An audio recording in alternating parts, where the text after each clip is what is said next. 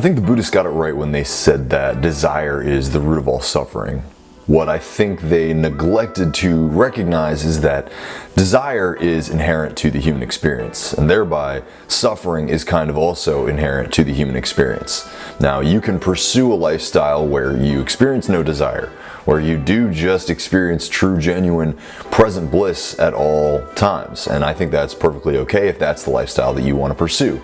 However, I think it's also perfectly okay if you want to live out this human experience as a human, recognizing that it is all extremely short, and so why not just go out and do whatever you want?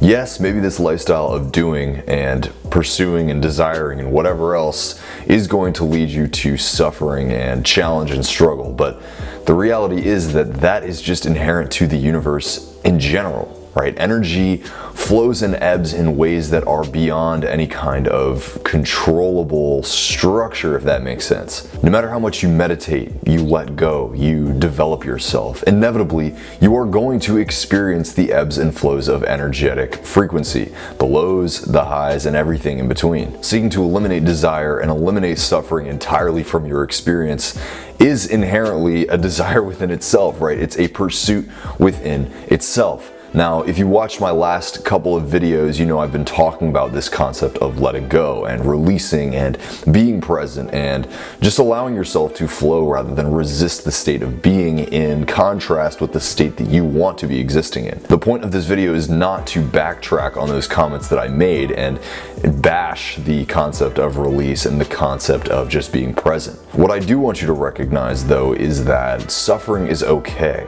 And it's not something that you should entirely run away from, right? Suffering is, in my opinion, the path to achieving whatever it is that you want to achieve. Through suffering, we get a lot of data about ourselves and about our experiences, and this is data that we can optimize ourselves with and thereby take more effective action, understand ourselves to a deeper degree. In general, just have more information about ourselves and our experience that allows us to optimize and move forward in a way that is a lot more in alignment with the most idealized version of ourselves, or the end, as a lot of people put it. Many of us are listening to the teachings of Neville Goddard, and essentially what he's calling on us to do is live in the end.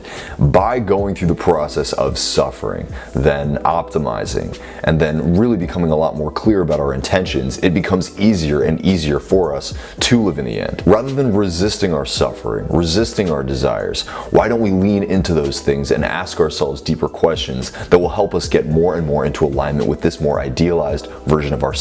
This is what our suffering is doing. It is giving us data. Abraham Hicks calls emotions the emotional guidance system.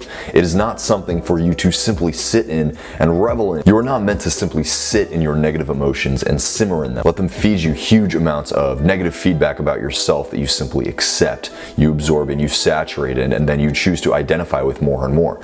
That's what most people are doing. Most people are simply sitting in their negative emotions, letting their negative emotions characterize them, and then take them more in this direction of a more disempowering identity. Instead of doing this, recognize again that those emotions are just giving you feedback. Sit with them.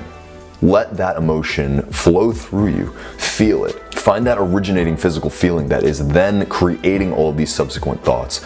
Go back, feel into that place, and the more that you feel into that place with presence, simply resting your awareness on this energy, you let it flow through you. You do not identify with it. You do not hold on to it. You let it flow. In doing this process, you're getting a huge amount of information about yourself, but you're also allowing this energy to dissipate, thus creating space within yourself that you can allow positive energy in because you are no longer holding on to this baggage. Now, if you want some more deliberate help with this, I have created a guided practice that will help you to identify these limiting feelings within yourself and then easily let them go to create that space for abundance. There's a link below this video that you can click to get access to that, and I hope it is helpful. Overall, though, just wanted to share some thoughts with you guys. Suffering is not something to be resisted. It is a key to becoming the best version of yourself. Practice that letting go. Practice being aware of how you're feeling and just allow it to be, and thus it will flow through you and create that space for abundance, that abundance that you're looking for. So I hope this video was helpful for you guys. Like this video, subscribe to my channel, hit that little notification bell so you know when my videos come out.